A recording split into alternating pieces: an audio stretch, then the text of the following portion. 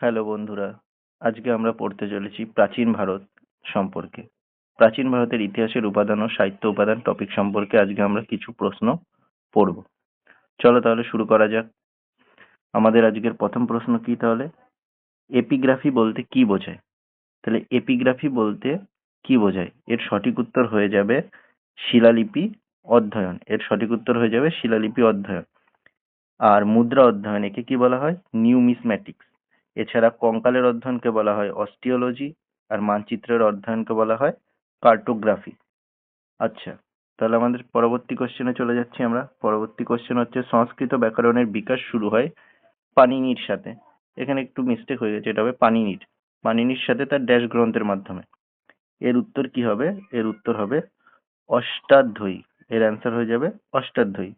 এছাড়া এই যে অষ্টাধ্যায়ী গ্রন্থটি, এটি ভারতীয় ব্যাকরণবিদ পাণিনির দ্বারা ষষ্ঠ খ্রিস্টপূর্বাব্দ থেকে পঞ্চম শতাব্দীতে লেখা হয়েছিল। এছাড়া এই যে ললিত বিস্তার বইটি রয়েছে, এটি বৌদ্ধ পাঠ যা গৌতম বুদ্ধের জীবনী বর্ণনা করে। এছাড়া মহাবাস্তু, এটি গৌতম বুদ্ধের পূর্ববর্তী জীবনের গল্প সম্পর্কে জানায়। এছাড়া বুদ্ধচরিত, যা গৌতম বুদ্ধের জীবনের উপর সংস্কৃত একটি মহাকাব্য। আচ্ছা, আমরা এবার চলে যাব তাহলে আমাদের পরবর্তী কোশ্চেনে। আজকের পরবর্তী কোশ্চেন হচ্ছে নিচের কোনটি ভারতের প্রাচীনতম মুদ্রা ছিল? তাহলে ভারতের প্রাচীনতম মুদ্রা যেটি ছিল সেটি হবে কি? ছাপাঙ্কিত মুদ্রা। এটিকে পাঞ্চ মার্ক কয়েন বলা হয়ে থাকে, যা প্রাচীন মুদ্রা খ্রিস্টপূর্ব ষষ্ঠ এবং দ্বিতীয় শতাব্দীর সময়কালে ভারতবর্ষে চালু ছিল এবং এটি রূপো বা তামা দিয়ে তৈরি হয়। আচ্ছা, আমরা এবার চলে যাচ্ছি আমাদের পরবর্তী কোশ্চেনে। পরবর্তী কোশ্চেন কি? রাজকুমারী রত্নাবলীর প্রেম কাহিনী নিয়ে রচিত সংস্কৃত নাটক রত্নাবলী কে লিখেছিলেন? তাহলে রাজকুমারী রত্নাবলীর প্রেম কাহিনী নিয়ে রত্নাবলী নামক নাটকটি লিখেছিলেন কে? হর্ষবর্ধন। এটি লিখেছিলেন হর্ষবর্ধন। তিনি ছিলেন কনৌজের রাজা, যিনি কিছু উপাধি নিয়েছিলেন, সেগুলো হলো শিলাদিত্য, মগধরাজ, পঞ্চভূতের অধীশ্বর ইত্যাদি। তিনি সংস্কৃত ভাষায় 3টি নাটক লিখেছিলেন: নাগানন্দ, রত্নাবলী, প্রিয়দর্শিকা। আচ্ছা, আমরা এবার চলে যাব আমাদের পরবর্তী কোশ্চেনে। নিম্নোক্ত কোনটি কালিদাস দ্বারা রচিত নয়? তাহলে এর সঠিক অ্যান্সার হয়ে যাবে কি? নীতিশার। নীতিশার কালিদাস দ্বারা রচিত নয়। তাহলে বাকি যে কটি বই রয়েছে, বিক্রম বর্ষীয়ম, রঘুবংশম, অভিজ্ঞান শকুন্তলম, এগুলো হলো কালিদাসের লেখা বই। এই বইগুলো ছাড়াও কালিদাসের আরো কিছু বই রয়েছে, যেমন মালবিকাগ্নিমিত্রম, কুমার সম্ভবম, মেঘদূত, এগুলি। আর এই যে নীতিশার বইটি রয়েছে, এই বইটির লেখক হলেন কামন্দক। এই বইটির লেখক হলেন কে? কামন্দক। আর কালিদাস হলেন দ্বিতীয় চন্দ্রগুপ্তের নবরত্নের একজন সদস্য। আচ্ছা, এবার আমরা চলে যাব তাহলে আমাদের পরবর্তী কোশ্চেনে। তাহলে আমাদের পরবর্তী কোশ্চেন কি আছে?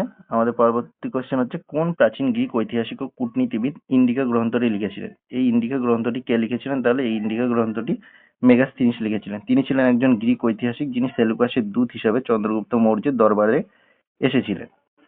এই গ্রন্থ থেকে আমরা সামাজিক, অর্থনৈতিক বিভিন্ন বিবরণ পেয়ে থাকি। আচ্ছা, তোমরা তো এই কোশ্চেনগুলো করছো, তোমরা এই কোশ্চেনগুলো করার পর লাস্টে কটা কোশ্চেন নিজেরা করতে পেরেছিলে সেটা কমেন্টে জানিও। আচ্ছা, আমরা চলে যাচ্ছি এবার আমাদের পরবর্তী কোশ্চেনে। পরবর্তী কোশ্চেন কি? কালিদাসের মেঘদূত কাব্যটি কোন ভাষায় রচিত? কালিদাসের মেঘদূত কাব্যটি সংস্কৃত ভাষায় রচিত একটি কাব্যগ্রন্থ। আচ্ছা, এবার আমাদের নেক্সট কোশ্চেন দেখে নিই। সংস্কৃতে কাশ্মীরের ইতিহাস সম্পর্কিত কলহনের রাজতরঙ্গিনী কবে রচিত হয়েছিল? তাহলে এই যে কলহনের রাজতরঙ্গিনী, এটি রচিত হয়েছিল কবে? দ্বাদশ শতাব্দীতে। দ্বাদশ শতাব্দীতে কলহনের রাজতরঙ্গিনী রচিত হয়েছিল। Next question.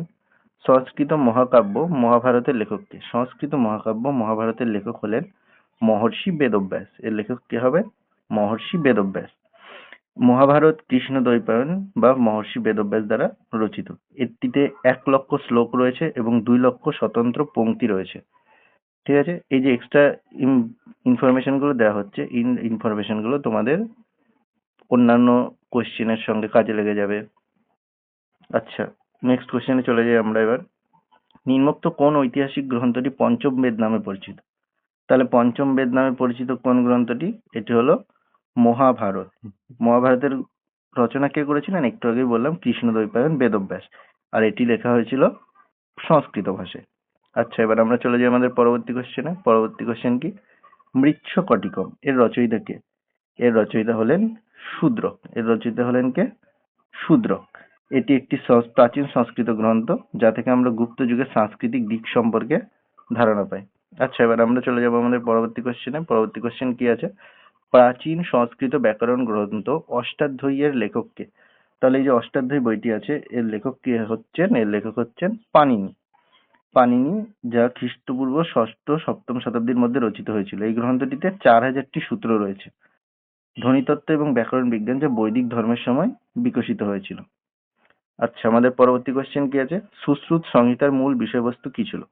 সুশ্রুত সংহিতা, এটা তোমরা জেনেই থাকবে, এটা অনেকবার শুনেছো হয়তো।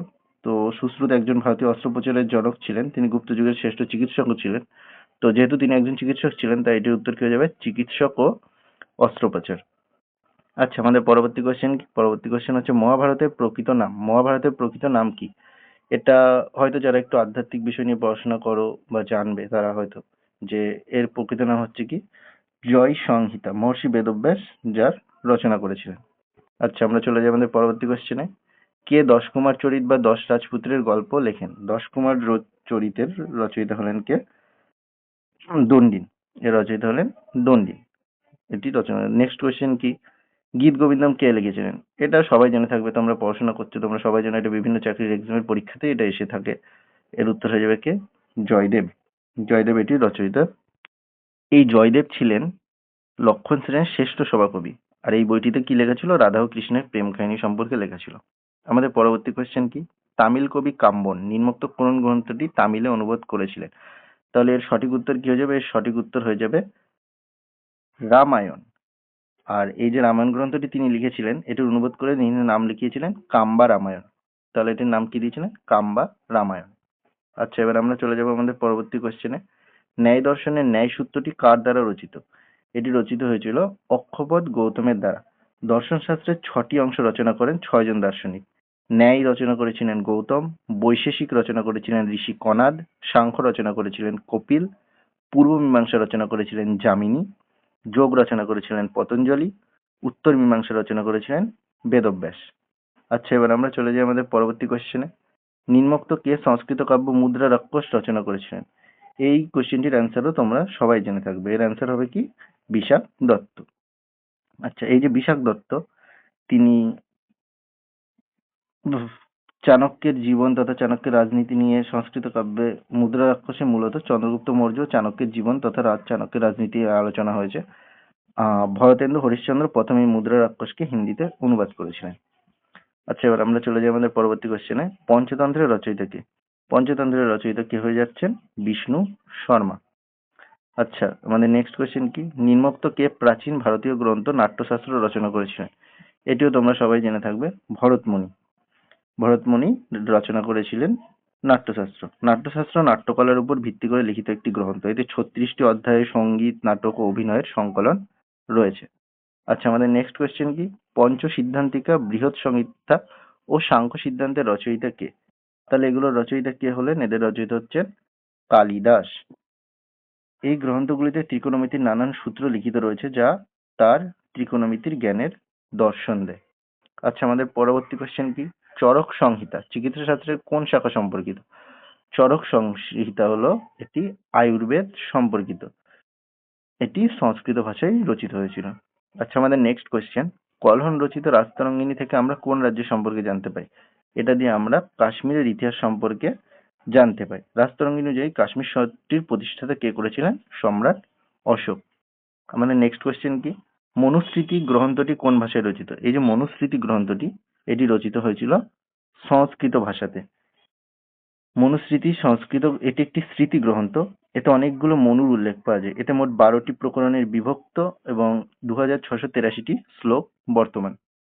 আচ্ছা, আমাদের পরবর্তী কোশ্চেন কি আছে? নিম্নোক্ত কে একজন ভারতীয় গণিতজ্ঞ ছিলেন?